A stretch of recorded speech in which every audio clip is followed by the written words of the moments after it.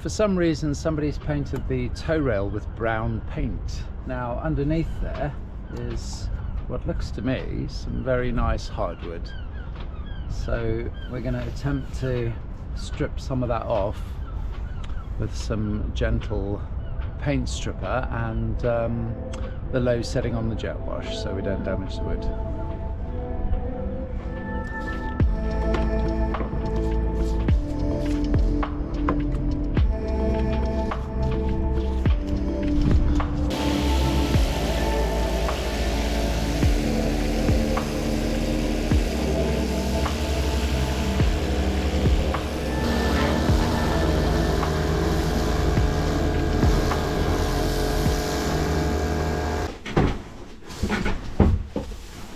Wow, look what's arrived today.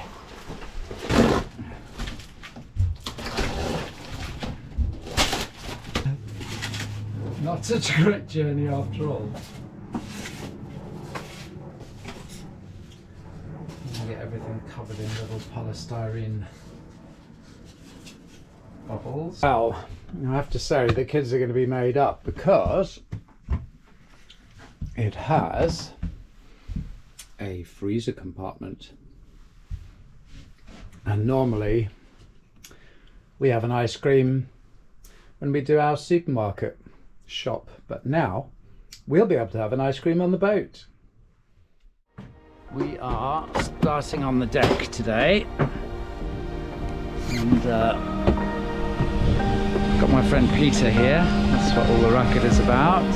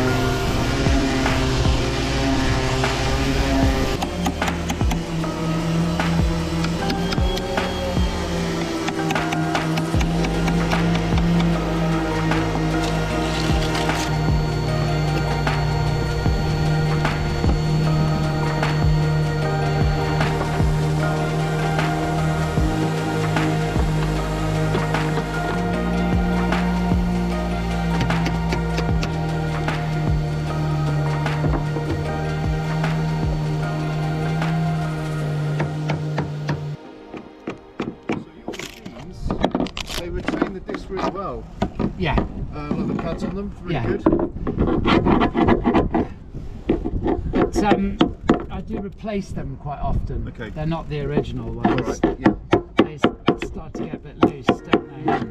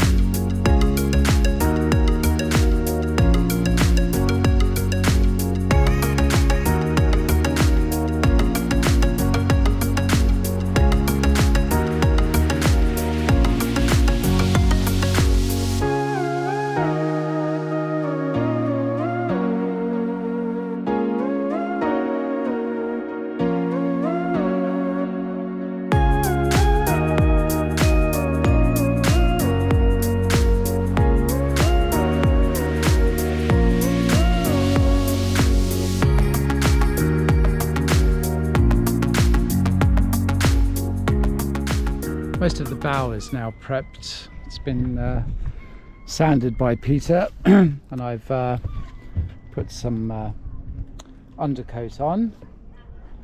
I'll have a rub down and then we'll use some fairing compound to finish that off.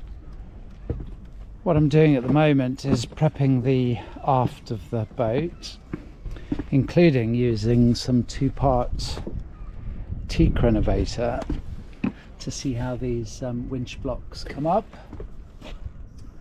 there is a chance that I'm going to need to fill these gaps with some epoxy and sand them back, but we'll see how they come out. Obviously during the winter the water will get into the cracks in the wood and expand them further, so some kind of clear filler, probably just some thickened epoxy, and sand it back before varnishing it will do.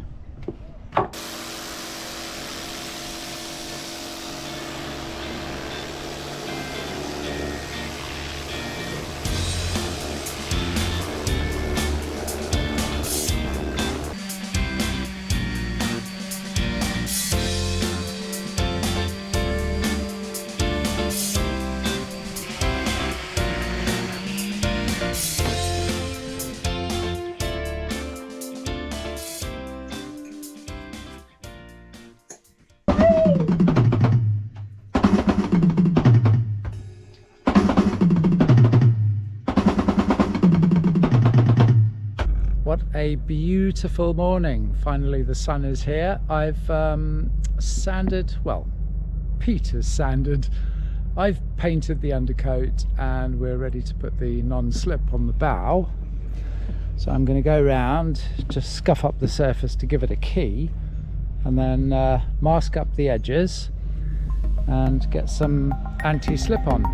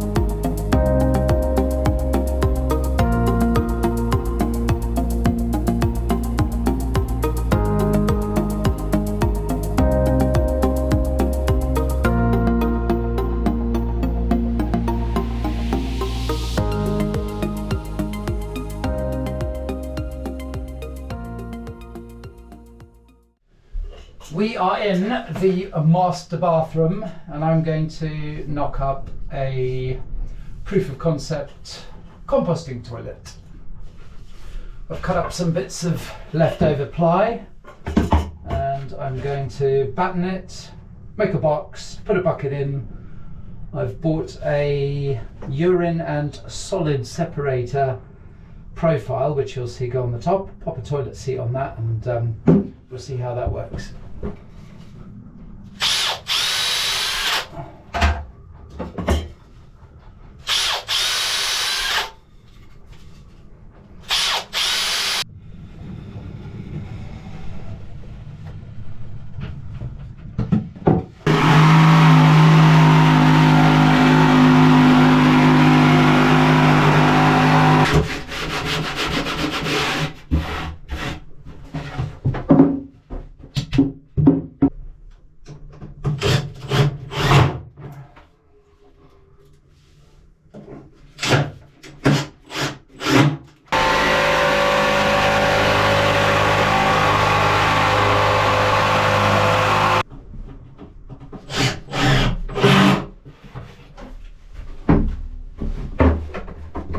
So we want it just the right height, just above the bucket, to keep as much schmills in the bucket. And we'll put a rubber seal on the underside of the first piece of top. Something like that. Using up any old bits of scrap wood that I can find. save money. The only thing I've had to pay for is the urine and solid separator. Oh no, that's that's no good.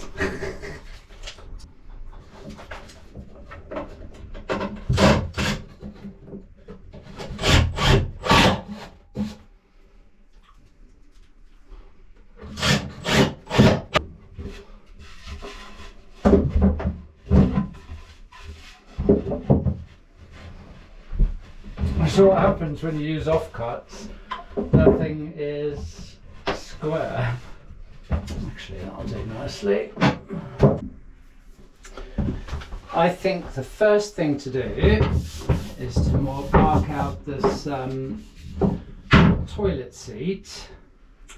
This was surplus to requirements from a customer because the brackets that attach to the toilet, one of them wasn't securing properly. This is a £130 toilet seat with soft close when the hinges are connected. So, oh, as if it was made for it. And right, we're going to mark the outside of this line, but cut what looks like about 15 mil on the inside of the line.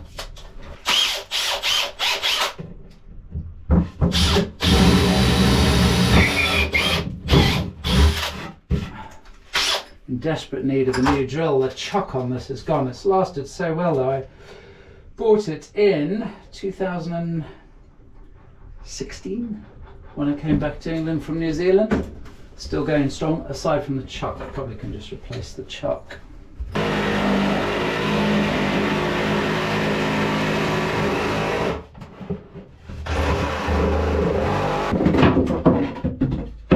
Crashing and bashing going on. Right, that is what I meant to do the first time. Then the toilet seat will fit over that. It doesn't quite fit on the urine separator. We could put the urine separator on the underside, and then when you lift that up, you remove the bucket. Or at a later stage I can rebait that with the router. Couldn't find any washers. I mean, there are some, I couldn't be bothered to look. So I've just used some black plastic screw cap ends, and that'll stop any moisture getting into those and rusting the screws. Let's put the little silver caps on.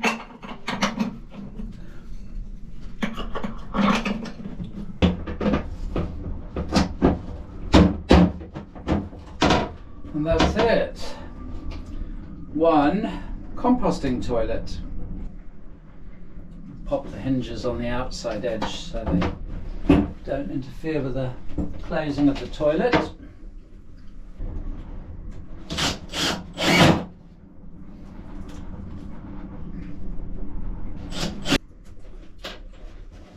Oh, butterfingers. Right, we're getting somewhere. Oh, I do like that. Well, that's perfectly acceptable. Look at all the space. I really want to stick a bath there, but at the moment we're just going to pop a shower on the wall. Bucket out, bucket in. Good. Oh my god, look at that, it's awful. It's supposed to be sunny. Had to stop work on the deck.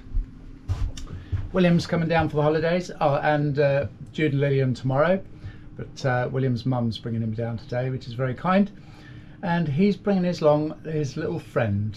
So I've put on the disco lights for them, and just going to make him some lunch. What I thought I would do is show you that I haven't always been doing boat work. What we've got here is a projector set up, and Amazon very kindly supplied this at around about £14, I think it was. So movie night, and down here we've got a little special, I don't know if you can see it, Goodman's soundbar. Rock and roll.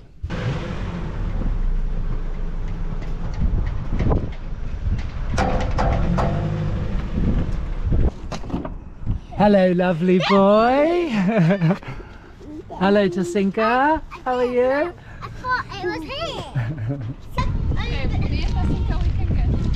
I don't know which part. I really don't know. Here it is.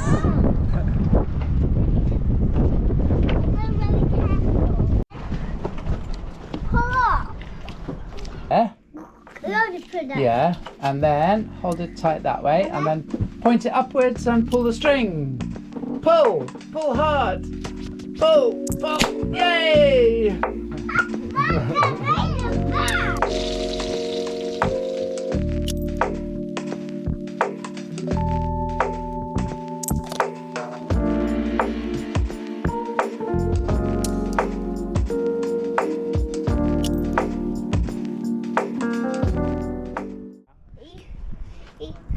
And there was no services. Oh no! I had to wee in the bottle. Oh, you have to wee in a bottle. Wait, bye-bye. A few things to get ready for our trip to Poole. We need to install the radio. It used to be located here at the top of the nav station, but I'm mostly single-handed, so I need it somewhere around here so that I can have the handpiece out of the hatch and still see where I'm going. This is the radio. I believe it's also AIS compatible, and what I'd like to do is sort out the wiring. So we need to bring the antenna back through and up to here. We need a power source, but there is a power source going to the instruments on deck, and I believe that beautiful little junction there might be it. And then finally we have a GPS cable, which at the moment is located on deck. So I'll go ahead and do that. William's playing nicely, doing some Lego, aren't you, William? Just try and free up this data cable. It's been quite poorly connected. Junior. Yeah, friction from that, because that's all wrapped up. That's called friction. It's called. Yeah, the way that it's wrapped up together, it's causing it to hold fast, isn't it? Yep. I'm flying.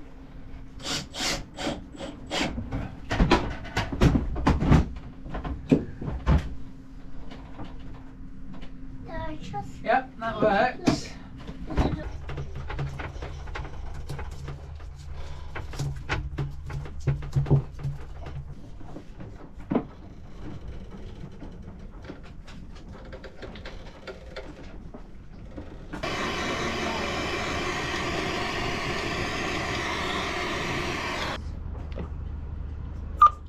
Okay, that's all in, and it is on the plotter circuit. Let's just make sure the plotter and depth finder are working. They're on the same power supply. There we go. Yes, Redjet 7. Sorry, Redjet 6, Northwest Net Lead. Permission to carry on and speak, please. That's great. And they've done a radio check for us. First. No. Do you? Guys, be careful not to give him a complex. Do you know what I mean? What's that? What's that? Yeah. If you talk for how round, how big and round your cheeks were. My cheeks aren't big. Oh wait, I think it's filming. Stop!